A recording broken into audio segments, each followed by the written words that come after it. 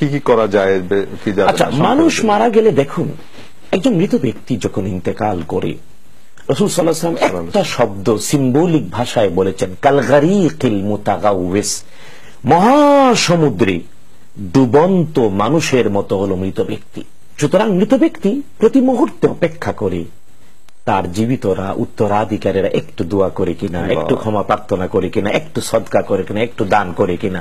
এখন আমরা অশিক্ষা, কুশিক্ষা অথবা না জানা অথবা অজ্ঞতার কারণে আমরা বলি 3 দিনের দিনে দোয়া করব, 10 দিনের দিনে দোয়া করব, আবার 40 দিনে দোয়া করব, অথবা বছরে একবার মৃত্যু বার্ষিকীর দিনে দোয়া করব।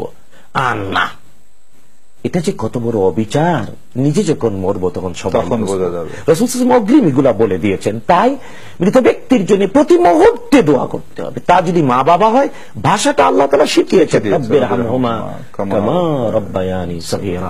রাসূল সাল্লাল্লাহু আলাইহি ওয়াসাল্লাম অবশ্য বলেছেন 3টি কাজ মৃত্যুর পরেও কন্টিনিউ করে। তার মানে যিনি ইন্তেকাল করেছে তার পক্ষে 3টি কাজই জীবিতরা করবে। 1 নাম্বার সদকায়ে জারিয়া, অর্থাৎ চলমান পরোপকার।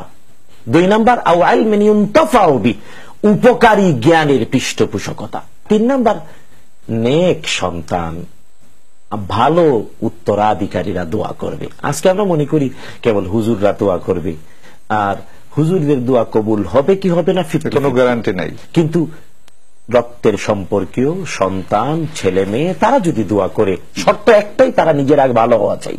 নিজে ভালো হয়ে দোয়া করবে, আল্লাহ তাআলা কবুল করবে।